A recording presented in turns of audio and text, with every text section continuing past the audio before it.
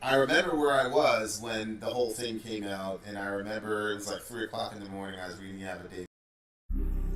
Prosecutors say 29-year-old Gurney knew what he was doing when he strangled his 18-year-old girlfriend Zoe Sarnacki, cut her head off, and then set her body on fire. I found 71 hits on the keyword behead.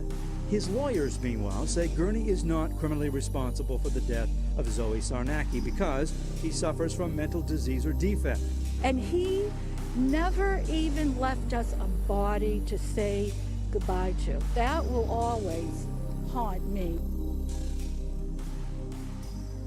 One thing that makes our podcast and our YouTube channel different from others that are out there is the fact that Drewby and I have had so many front seat encounters with different homicides in the Lewiston, Auburn area, as you'd remember from our coverage of the Donna Parody and Christiana Fesmeyer cases that we covered last year. But you might be shocked to know that those two cases that took place at our former workplace, ACS, weren't the first for me, and they weren't the last. Today's episode is gruesome and has themes of DV that may not be suitable for those who have past trauma surrounding this issue, and I'm gonna be honest with you, I don't know if I'm the best person to tell this story in full. Due to the time that's passed, many of the newspaper articles citing witness statements are no longer available. I'm sure there's many other folks out there that were much closer to the situation that might have a lot more insight. However, the story needs to be told, and we feel a duty to use our platform to share the story as there wasn't much coverage in the media about it. So we'll tell it with the facts that are known publicly, the facts I recall, and I'll share my personal stories as well. I first became aware of Chad Gurney in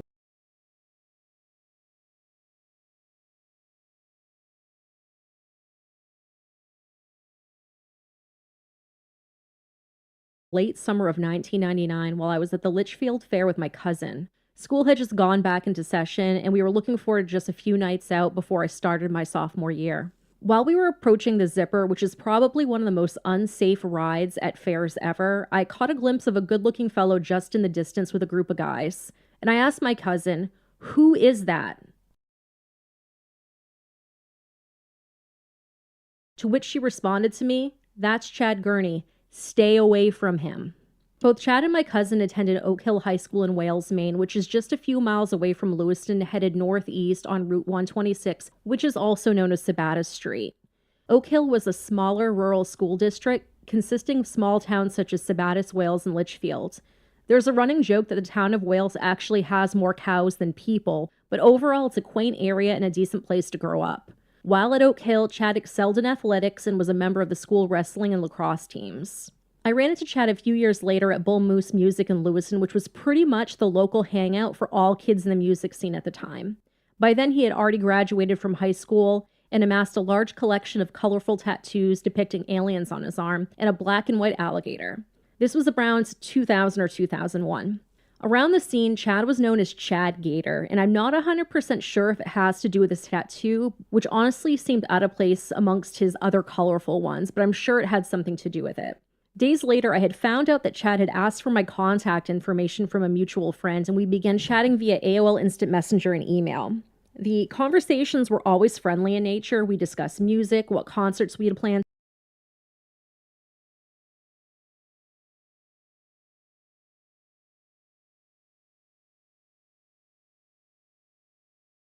to attend. There wasn't a lot going on in the Lewiston Auburn area, and there still isn't, so when any band came to the local civic center, chances are everyone would be going. In the mid to late 90s into the early 2000s, pretty much every mainstream metal band that was popular at the time came to the Central Maine Civic Center. And during this time, I became something of a sounding board anytime Chad was having trouble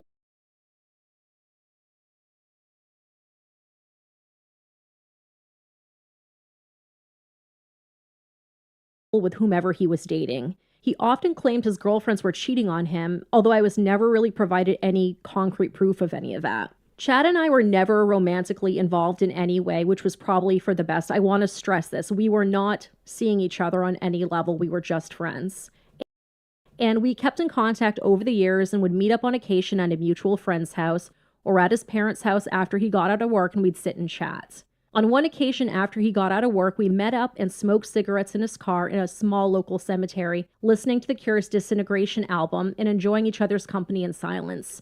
It was really, really peaceful, and it's probably my favorite memory of him and how I actually prefer to remember him. We lost contact over the years, and eventually he met and started a relationship with a really nice girl that I went to school with. Together, they set off to attend college at Liberty University in Lynchburg, Virginia.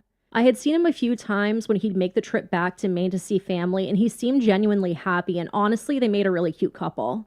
I don't know the details on how their relationship ultimately ended, but tragedy did strike. In 2005, Chad was the goalie of the Liberty University lacrosse team. While on a trip in Alabama, his team's 15-passenger van was rear-ended by another van, causing it to collide with an 18-wheeler, nearly killing him. Chad suffered a severe head injury and other injuries that led to 20 different surgeries, including almost losing his leg and most of the use of one of his arms. He later returned to Maine and lived off of a multi-million-dollar insurance settlement, settling in the Portland area with a French bulldog whom he named Marcel. During this time, Chad became increasingly interested in Eastern religion, martial arts, and was known to be generous with his money. Also during this time, Chad struggled with his mental health and the residual pain associated with his injuries. An examining physician found that Chad had a number of cognitive defects, including problems with attention, memory, language, math, but did not note any psychotic symptoms. This is important for later. In 2007, Chad was treated for anxiety and depression and diagnosed with organic personality disorder. This is defined as a mental disorder caused by intrinsic disease, which is characterized by persistent alteration of a known behavioral pattern. Changes in emotional stability, motivation, judgment, or impulse control are usually noted. It is broadly classified as a personality change due to a general medical condition. Chad was also diagnosed with post-traumatic stress disorder, but there was no evidence of thought disorder or delusions, nor did Chad report any such voices or delusions to the examining physician. According to friends, it was not unusual for Chad to see signs in everyday events, both before and after his 2005 accident, and to attribute importance to those signs, which we'll talk about a little bit later as well. It was noted, however, that Chad continued to have significant distress regarding his relationships with women. Now let's talk about how I knew Chad. It would be irresponsible of me if I didn't mention that I'm not exactly sure if it was 2005 or 2006 when I first met him. So it's possible I met him after his accident. This distinction is important based on what I'm about to share. Either way, based on what I saw, I wish the accident had killed him. I'll give you some background context here. When I was a teenager, I used to frequent Confetti's in Lewiston. Confetti's was a chem-free nightclub that was packed every night they were open. My friend Amanda's dad owned it, and she wanted to give back to the local scene by booking hardcore punk and metal shows there on off nights.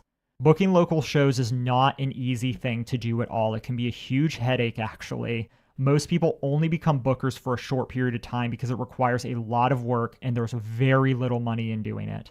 I took it for granted at the time, but the fact that Amanda was able to successfully book bands from out of state and sell out the venue multiple times was incredible.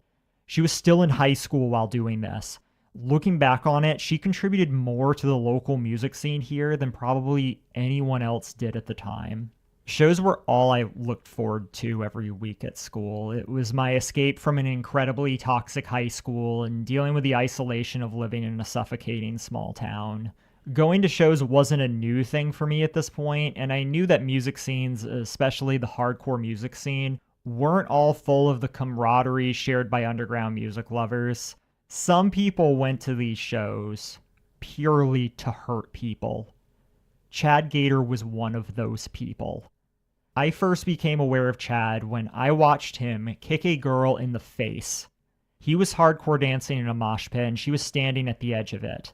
Not everyone who hits somebody in a pit is intentionally looking to do so, but Chad looked in her direction and then leapt towards the edge of the pit when he did it. I saw him laugh afterwards.